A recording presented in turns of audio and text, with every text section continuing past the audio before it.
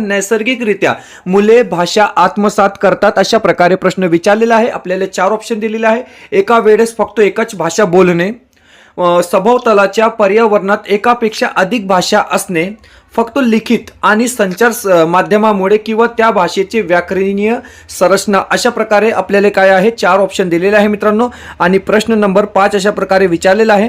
तर हे बघा या ठिकाणी आता जे सुटेबल आन्सर असणार आहे किंवा जे परफेक्ट आन्सर असणार आहे ते असणार आहे सभोवतालाच्या पर्यावरणात एकापेक्षा अधिक भाषा असणे। म्हणजे मुले नैसर्गिकरित्या काय असतात तर भाषा आत्मसात करतात।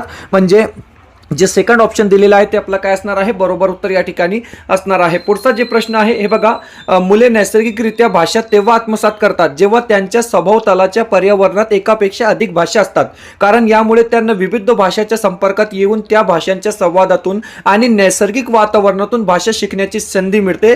याला नैसर्गिक भाषा संपादन म्हणतात। म्हणजे